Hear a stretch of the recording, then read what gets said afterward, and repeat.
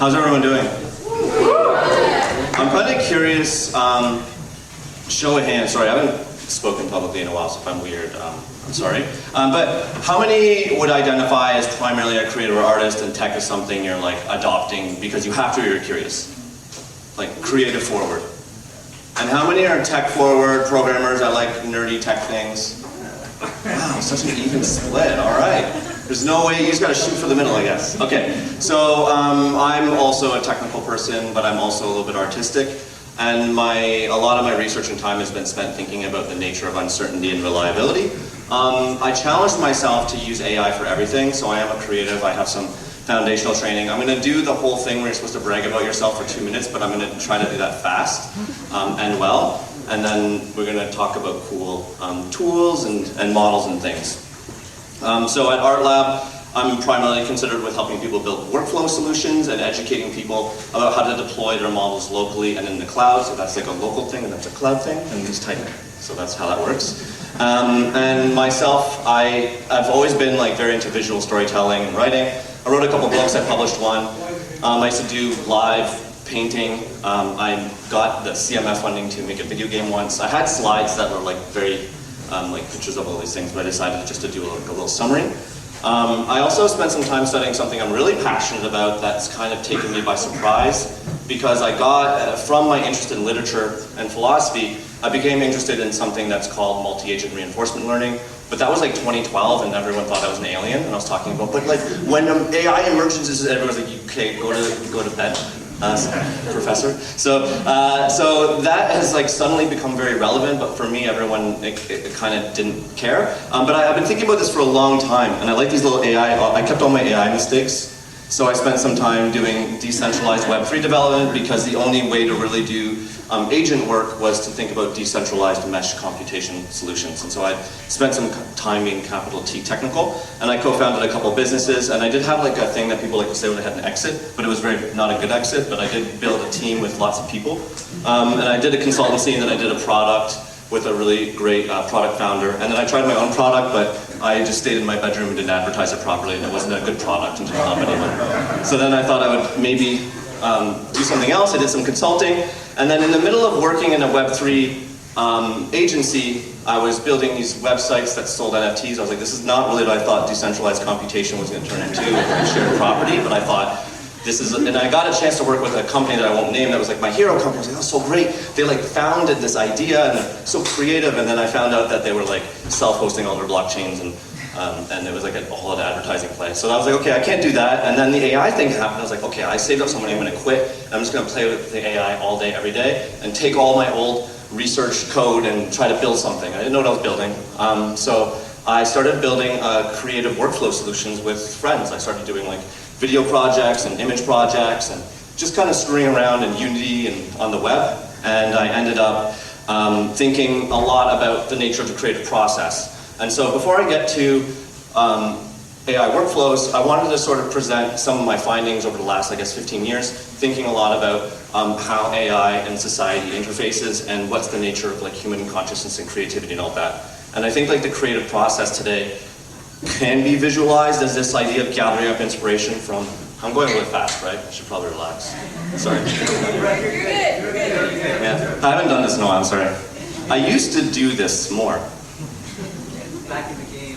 Back in the game. Okay, so creative process.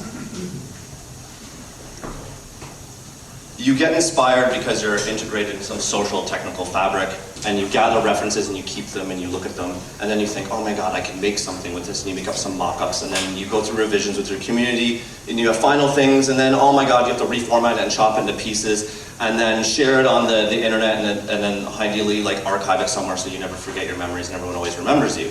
And so this process, when people say like AI is killing creativity, I'm like, which part exactly? And like, where do you feel threatened?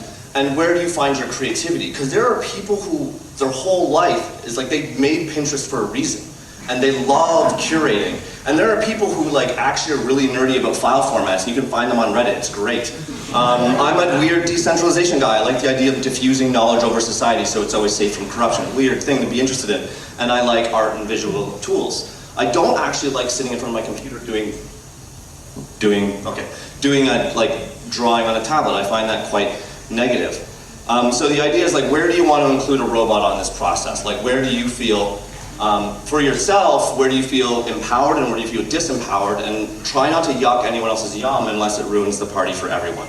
So I think if like someone's doing art and you don't like it, you don't like that art. You wouldn't use it that way. But like someone else really loves marketing and they think that that's the way they're expressing themselves, that's cool, I guess, and that's great. And you know, everyone's got their own place in the pipeline, and to feel empowered, I think it's important to consider where in the process you feel held back and where you think you want to grow, and knowing that now we have this weird diffuse knowledge fabric that that can support us and allow us to become more whoever we want to be, for better and worse, right? So what I talk about in the course, so I run courses, so I'm gonna try to like say, come take the course at some point. But I kind of like see people go through an adoption process, both individually and in organizations. They kind of like, what is all this AI crap? I hate it. I don't like it. And then they're like, this thing is really dumb. Like, okay, they're okay, but I gotta watch everything that LLM does. Like, I can't. And then some people are really Claude Code vibers. I'm not really gonna talk about coding tools, but they get kind of to the point where they're like, okay, you know, I can have 3 or 4 terminals up, but I feel like my whole day is just like having conversations with robots.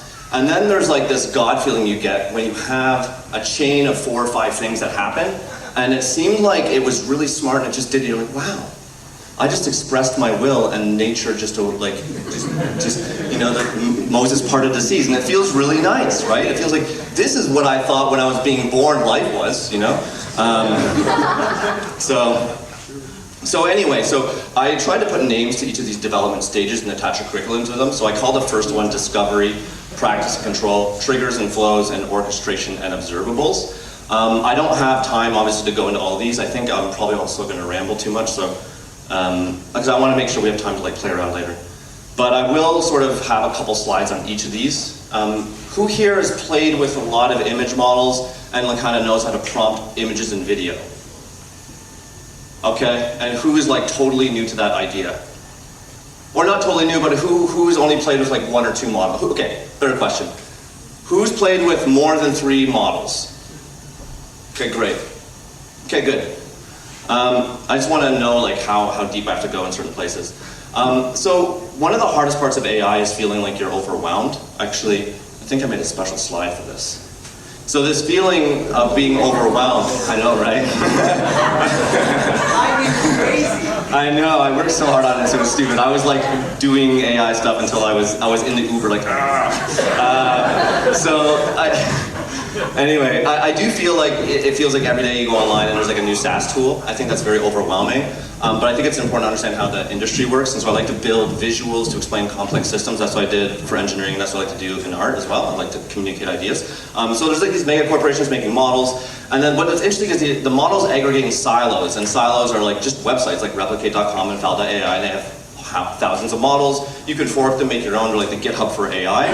I always advocate to people to just like hang out on the aggregators for a few reasons.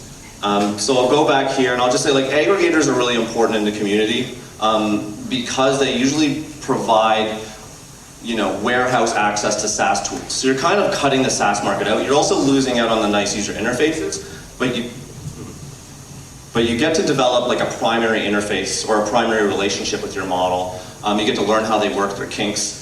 I think when there's a SaaS play in the way you're paying $20 for 3 tools, you get less tool exposure, a lot of like marketing fatigue, and then a lot of uncertainty. Like if that company goes bust and you learn their user interface, now you're not creative in that way anymore. It's a very tenuous relationship. Whereas a lot of models are going to be around for the rest of our lives. So let me go back. Okay, practice. So discovery, I'd say like, you know, focus on the aggregators. And when thinking about practice and control, I think there are a few categories that I've noticed people kind of end up in. I just made this up. This is not like a thing people talk about. But I do feel like you can approach AI as like a one-shot problem. Like I'm the perfect prompt architect. Or you can approach a problem with chat. Or this is a thinking problem. I'm going to say, go lob a grenade here. It's going to chat with itself and hallucinate and come back with a solution. Or you can craft a meticulous workflow, usually of one shot or mixed sort of steps. And so with art or any process in your life, before you sit down to solve it, it's worth thinking about, is this like inherently a conversational problem where you need like a high degree of control and you're like, you know, helicopter parenting something? Or is this a problem that can just be thrown away like research? Or is this something where I need to have a lot of skill? Like, is this my paintbrush? And I think for a lot of artists, that's why I advocate going to something like replicate.com and not using the SaaS tools, because you're gonna learn those tokens, those words, how they trigger that version of that model.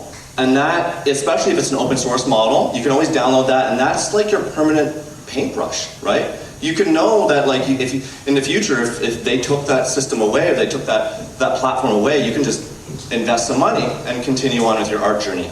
And that's why I'm also passionate about workflows.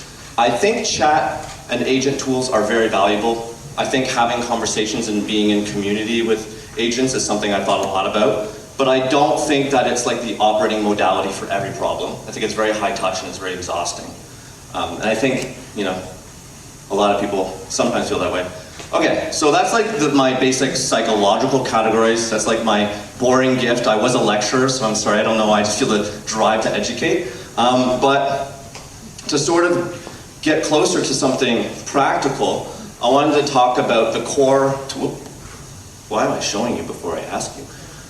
I'll just show you. It's easier. Okay, so these are not like official categories, but I've noticed that a lot of AI models, so when you submit a query, you choose like, I want to use Midjourney's this version, or I want to, I want to use Flux 2, or Nano Banana 2 came out, and it's very busy and not that much better. And like, what are you going to use? And I think, I've noticed that the broad categories that I see are generators, editors, styles, and tools, tool models. And so I'll explain what I mean. So, is anyone here familiar with what stable diffusion is versus like an LLM? So I'll give you, oh man, I wish I had that slide. Okay, so generators are, okay. Who here is familiar with composition, like the concept of composition and like value gradients and like dark and light on a surface? Right. So what's really cool about raw generator stable diffusion models is just something everyone should know, is that they operate on the existing pixels that you give them in like image space. So if you have an image and you have like a dark spot, it's very hard to get the generator to walk away from that, but it'll hallucinate on top of that. And using that, you can like carve the surface of its like attention and get it to like make interesting pictures. And we can look at what that means in a moment. Editors are things that make foundational changes to images. Nano Banana tries to be like everything, so they kind of ruined this whole category system. But Nano Banana is like kind of an editor forward model. It's very hard to get it to act like artistic or to make an arm grow out of a leg and stuff in a weird way. And then there are like really purpose-built models that do things like correct an eyebrow, change a face, or some random scientist published a model that helps like, change skin texture, but only on frogs if they've been up too late or something. There's like thousands of weird models out there that are really fun to find on these open source communities. And so thinking about your problem, I think sometimes people just go straight for like Nano Banana. And it's like, okay, but if you look around, there might be actually a purpose-built, cheap, fast, locally run, or cloud model that is much cheaper and faster for this specific problem that will work 100% of the time. And so it's worth getting to know the aggregator space and the thousands of models that are out there, and not just hanging out on some of the SaaS products. Okay. So, you want to hire a videographer or you want to work with someone on video, it's good to understand the categories of video models. I think it's enough kind of education stuff. I kind of want to go on to something a little bit more visual and interactive. What do you guys think? Okay, yeah. Let's just come back to some of these weird things later. I decided I wanted to do video, so I like vibe coded myself a presentation system yesterday, like an idiot. And it was a lot of more work than I thought. So I was talking about this concept or this tool. I didn't really anticipate the mic thing. Hey, give me that. There's no. Give me a second.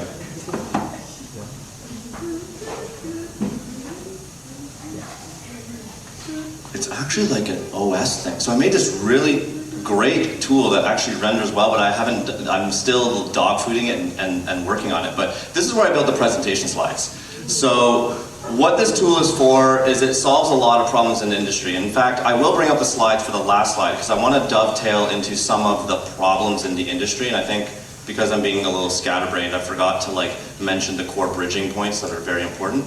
So there are solved and unsolved challenges that we have to face in AI. I think there's obviously lots of social problems we have to solve. We've solved like idea generation. It's easy to get lots of ideas. It's easy to integrate with social media and open claw and have lots of conversations with strangers and robots. It's easy to delegate things to agents and do image editing, all this stuff. But video control is really bad. Consistency is still a challenge. It's really weird to think about sharing archival. Like we have these SaaS websites, but if I sign up for one of these and I build my identity, like are you going to steal like my know-how and my identity as an artist if I like upload fragments of my consciousness, which is where the word fragment came from? Do I own this stuff? Like if I'm participating in this diffuse corporate cloud, what do I own? How do I handle large files? You ever work with a videographer? What do you do with like 10 terabytes of footage that you're trying to siphon into 5-second bytes to feed through? Like it doesn't make sense. And there's just a lot of reusability and like realistic problems. I think for me as an artist, I really didn't like cloud tools, and that's why I started building my own archival solutions. I was like, I don't really feel comfortable being an artist until I can like manage or own my own work. Like I want to own it. I want to own this process. Like I learned how to paint and draw. I know how to use my hand. Like I want to know if I come back in 6 months, I can do this drawing again. And so I thought like, being able to deliver and repeat and understand your work is really important. And so I started building this tool for myself. It's something I use as like a studio tool when I work with others to version control and manage my stuff, because they might say something like, well, how much work did that really take? And then I can just like show them a screenshot of one of my workflows and be like, well, it took like dozens of hours to figure out the face because we changed it 20 times. But the general idea in workflows overall is that when you do something, I think like there are cool, is anyone here familiar with Weavy? Yeah, so Weavy's cool. I might have been like a power Weavy user if it existed earlier. I think Weavy still has a problem because it's a SaaS product and it's hard to do to work with real big data with Weavy. But this general idea of like, let's say, this is where I started. I was like, okay, I gotta figure out these slides. And I feel very creative on paper, so I was able to like sit down and carve out pieces of paper. I'm a very tactile person, so for me, this idea that I could explore my concepts on paper was great. So I got all my ideas. A lot of these slides I didn't use. It was way too many slides, like 48. I didn't show 48, right? So that was too much, but it's okay. It gave me a place to store that for the future. These are like canonical ideas. And then I did do some work in Figma, and I found in here, like in this flow, this is just like files on my hard drive. Oh, let's just ignore that. I pressed a lot of buttons today.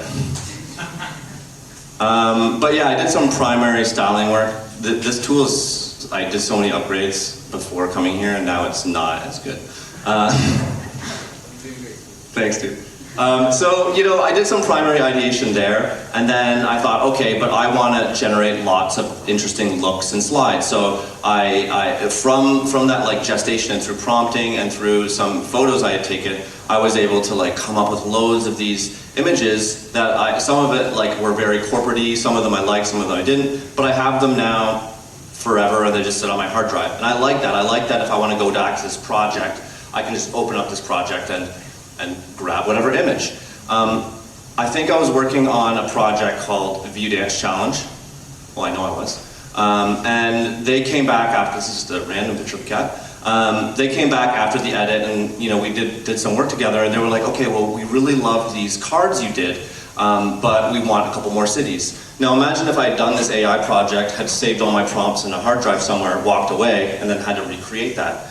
So I think this idea of like, thinking about what's a creative process that I want to store forever, and what's a problem I need to solve right now that's temporary. What's worth it, because it is more work to build your concepts and to break them into stages and to think that way. And what do you want to give away? I think this is like a valuable way to think about AI, and then when you do have workflows, even if it's a spreadsheet, throw them in a spreadsheet. If you want to use this tool with me, this piece of crap, you can join the wait list. It's going to be good eventually. I'm very committed to it. I do everything in here.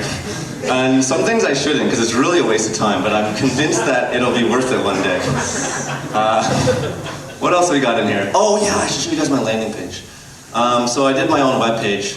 It's the same, it's like the same weird video player actually, but I made it before. Got it.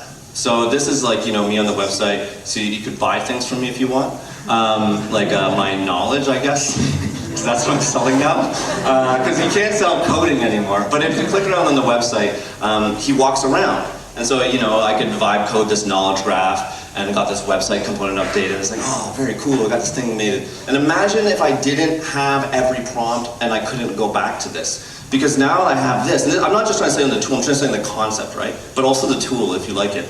But this idea is, you know, that was a video project, sorry. It was not that landing.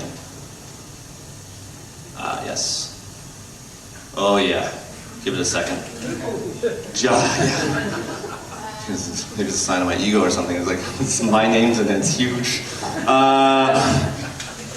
So yeah, so this is basically from beginning to end, every environment, every look I made from every shot, and then every prompt, like if I wanted to figure out, you know, like, well, how did I do that transition shot? I really liked it, I can open it up. And in the future, I want to actually, that is actually just a gallery node, Justin. Let me find one that actually does computation. Let's go to a different one. That's easy. Oh yeah. Cute. I know, right? I was like, I prompted it to put this realistic costume on me, and it felt like when you're a teenager and you're like, oh, I'm gonna dress up like Batman. You're like, no, make it real. And then it came out like that. I was like, that's exactly what would happen. That's exactly how that experience would go, right? Yeah. So AI can be kind of like too real, if that makes sense. Yeah, I'm really excited about this. I've been like kind of sitting on this idea of this like world where there's like mouths emerging from things. And I kind of think I might want to make an interactive video-based exploration world where you walk around and like figure out which mouth to feed and things will happen in an environment. And I think that like these silly kind of projects now can materialize because of AI. So that's enough of me talking. Is there someone had an interesting point earlier. I'm trying to remember, we were talking about models and I wanted to have something interactive we could talk about. We were talking about Qwen image edit and if it's very different from something like Nano Banana. And I think I have Qwen in here. So if we want, we can just kind of do that experiment. Is there any sort of interesting thing that we want to visualize or play around with? Or how much time do I have left, by the way? You're good. You guys are like enjoying this, right? Yeah. Yeah? Is there anything you want me to do? Like videos are really annoying, but like they take so long. But anything with images. Don't be shy. Yeah. Quick, come up with a good idea, everyone. Come on. I know, that's so horrible. Oh yeah, you have to like prompt with like a crystal, Justin, yes. Can you do like a basic intro to how you could use Fragment? So Oh, that thank you, that's so people nice here of you to do don't that, necessarily- Jesus. they're not That's so deep in the nice. tech. Thank you, yes. So workflow tools in general, Weavy and Fragment, and anything of this nature, in my mind, who's here is familiar with Comfy UI? Yeah, Comfy UI, I had a weird relationship with it because I started using it, I'm like, this is so good for workflows, but like, where's my stuff? You know? And I felt the same thing about Weavy. Weavy's like, cool, it's like, yeah, but gotta log in and pay credits to see my art. Like, I just had such a... So this tool, just so you know, I should tell you a little bit about where I'd like to go is like, if I die, it's open source, and if I make enough money, it's open source. But I'd also, I think like, more to that point, everything's geared towards local and having local versions of everything and being able to write your own nodes, being able to be an author of the platform and feel like you have that proprietary knowledge, you know what's happening with your art, like it's your art tools, it's your paintbrushes. So for me, that's more what this urge was to build something, because I wanted to know that if I was like, oh, I got a weird idea in the middle of the night, like let's do something with Nano Banana, what should I make? I need a person, place, or thing. Control-Shift at Walnut Avenue. Well, let me know what Control-Shift is. Well, the new Nano Banana 2, which I did, this is a horrible, sorry, whenever I open anything, it's going to become very obvious how bad it is. Half frog, half mermaid. People. Okay, that's Yes, good. baby. All of the Let's do actually Nano Banana, it's so fast now. Make the entire It's better for world crowd made work. out of bananas. Like the world itself be bananas. So half, what is it? frog, half mermaid. Eating a banana. Riding a motorcycle. All right, let's go for that. So we get that guy going. What else do I want to do? There's so much stuff here that's like very practical. That's just the most interesting node is for sure. It's funny how much stuff you need in life to just do the fun stuff. You go home and you're like, I'm just doing fun. You're like, oh, I got like 5. It's the same thing with like building nodes. You're like, oh, cool image. Now I gotta store it and like, you know, edit it and change its dimensions. It's like so much work in life. Wow, this is very specific. So are you generating like these story points or like these like multiple slides like in a single node? Yeah. So basically, how this little duder works is that, like, say I like this output. If I select a model that takes input, which is just like the fonts are so wild, like I did not set this up. Sorry, I use self-degrading humor to make myself comfortable. Okay, let's get rid of that. It's just even me. What kind of eyes do you have to have? All right, so we can, for example, just pipe in this image, and then we can do something to it. So it's like, now is a cat. There are some techniques that I find interesting. Like one of my favorite techniques to sort of freshen up a look or to have some sort of fun is to grab an image and sort of like grab something like Gemini.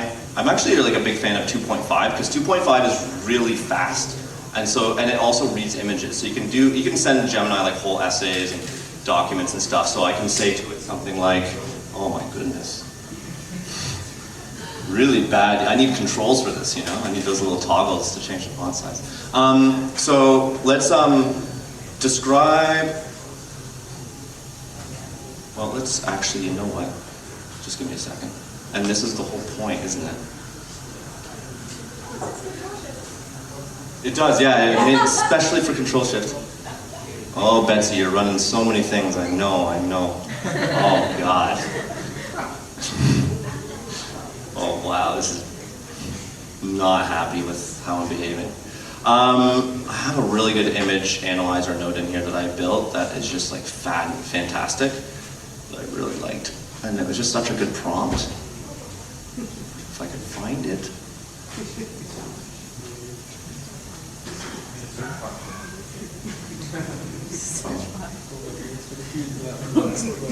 All right, well, forget that. Sorry, guys. When you have like multiple like different slides, are you like generating that all at once, or are you pulling the same from different places? So the way the tool works is that like anyone can write nodes. So I wrote API integrations to FAL, Replicate, Comfy UI, and Python. So anything you can write in Python, you can wrap into this tool. There's like a Python node.